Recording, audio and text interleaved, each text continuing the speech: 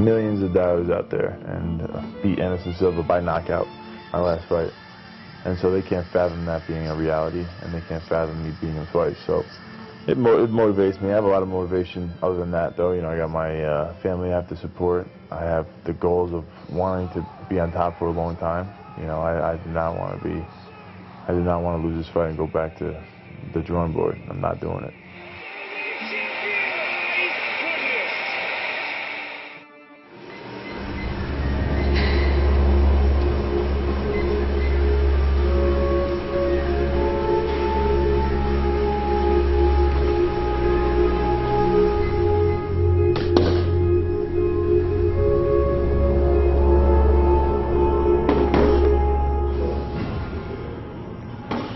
Woke up at like 192, so without even, you know, without any dehydration, without, you know, I'm still eating five small meals a day with no sodium. It's not an easy thing, no matter who the person is. It's not an easy thing. He can get a workout in and go in the sauna and only lose 4 pounds, and then we're like, all right, tomorrow morning's got to be a little harder than tonight, or we'll just get back in the sauna for a little bit. Sometimes it's easier, sometimes it's a little more difficult. But at the same time, it's business. It's part of the job. They know they have to get it done. We all know, so everybody's helping out in some way.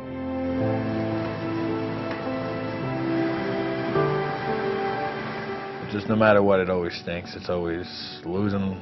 Those last couple pounds is horrible, and you know, once it gets done and it's over with, you're happy, but it's not easy. You could tell he wasn't feeling good. It's not something that's great, you know, no matter what. But this was definitely less weight than he's ever had to do today. 189. 189, please. You don't want to get back on. Get off and get back on. I'm sure lost 7 pounds. Go. Lost 8 pounds. Yeah, what up, Joe? Good job. Constantly thinking. Nice. Good work. Oh, yeah. Whew. Thank you, Joe. That was worth it, man. I ended up having to cut. I went to 184, so I cut 12 pounds in the 24-hour period. Most of the time it's quiet, but if you do get to a point where you're having like a little giggle to yourself, you don't really know what he's trying to say, but it makes sense to him, so you laugh at him just to make him feel good, just because you are a little delirious.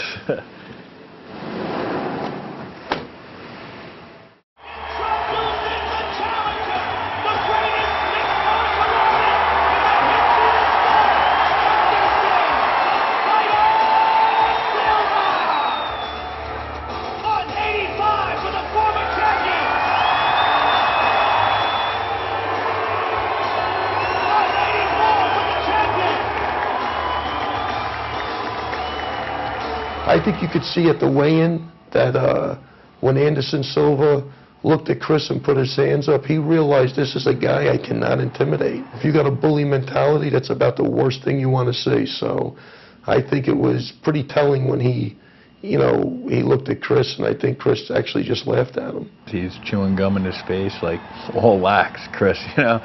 Anderson's still trying to intimidate him and do his bowing and stare him up and down, and Chris just chewing his gum, smiling, you know, which is pretty cool to me, and I think that's in Anderson's head that, you know, I can't intimidate this kid. The weigh-in was just as packed as last time, you know, and I got booed.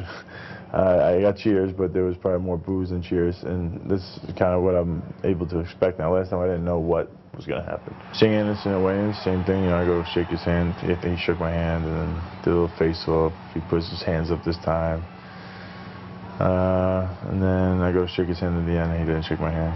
But same as the last time. You know, I'm just going to be me. I'm going to always, you know, offer my opponents, you know, a handshake, and the man that doesn't shake a man's hand, you know, he's going to lose.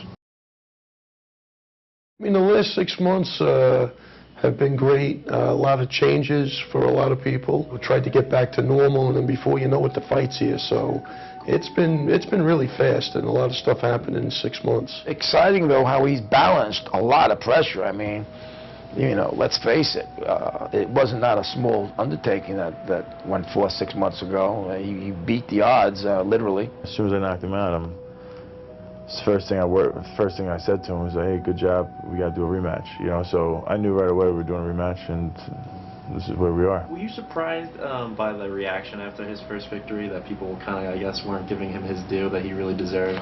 We talked about that before the fight. He's like, when I win, he's like, people are going to say, you know, it's whatever, blah, blah, blah, give excuses, you know, Anderson's out of his prime, or I got lucky, whatever it is. He's like, we're going to have a rematch right away. And I want it. I want the rematch right away. As soon as that fight was over, all I could think about was the second fight. I couldn't wait to see the rematch. I flew to LA, sat down with Anderson the following Thursday, and we ended up getting the deal done for the second fight. The way that I felt when he went down in that first fight is the way everybody all over the world felt when he went down. I can't believe what I just saw. I can't believe Anderson Silva just got knocked out. Two people with a skill set get into the cage to fight, and somebody hits the other and wins. How is that luck? Now everyone, you know, saying you got to do it again, or was it a mistake, or well, you know, this and that. So, you know, is that pressure there? Yeah, I'm sure it is. But the guy deals really good, and he's, you know, cool as a cucumber.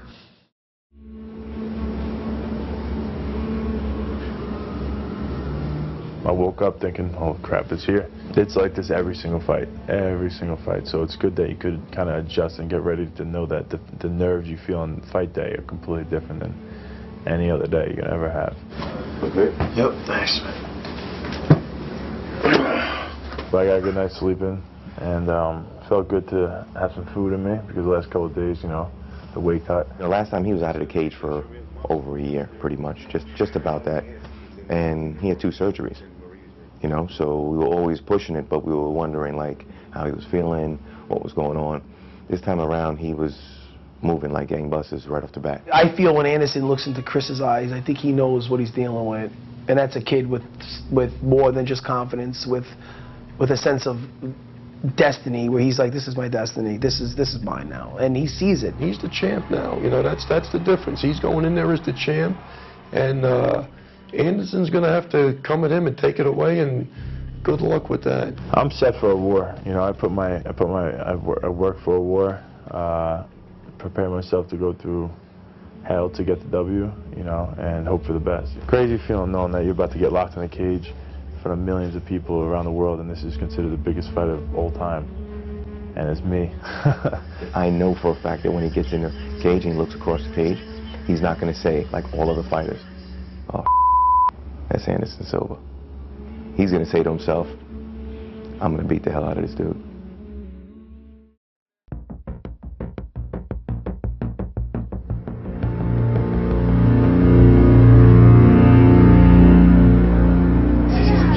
Let's go, Weidman. Come on, baby. Hey, guys, let's go. Weidman, ready, steady.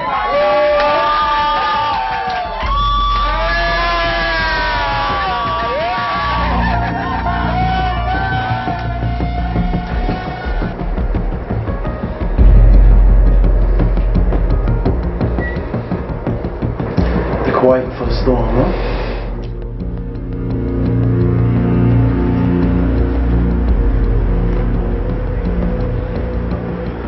Good luck tonight, gentlemen. Thank you.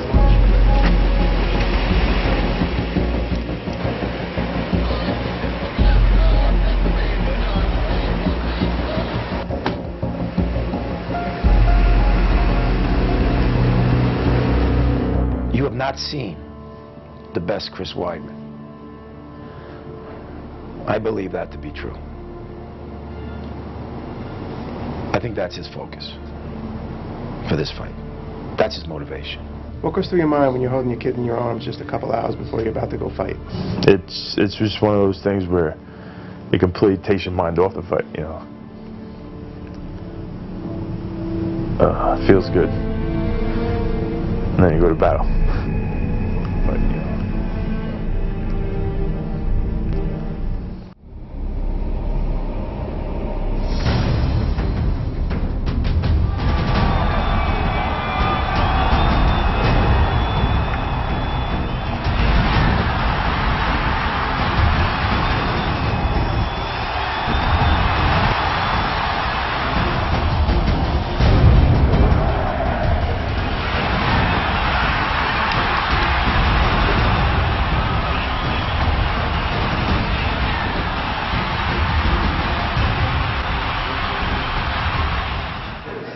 Second round, he kicked me once, I checked it, he kicked me again, and his leg broke. Were you consciously trying to do the knee on shin thing tonight then? Is that what you're saying? Yeah, 100%. You know, I know I didn't want him to try to feel comfortable kicking me all night. If I don't put the knee on his shin, then he's going to kick me and it's going to hurt me. So that's how you check a kick. But the breaks in his leg, you know, I've never done that before. And, you know, you know, like I said, I don't want to see Anderson Silva get hurt like that. You know, Anderson Silva's been amazing. He's one of the greatest of all time, and if not the best ever. And it's a way to see him go out, but it's part of the game. As soon as I checked it, I knew I checked it right, and I knew he's going to be in a lot of pain. But as soon as he put his foot down and I saw him pull, I knew he was done. It kind of shocked me, and I win, and I ran around.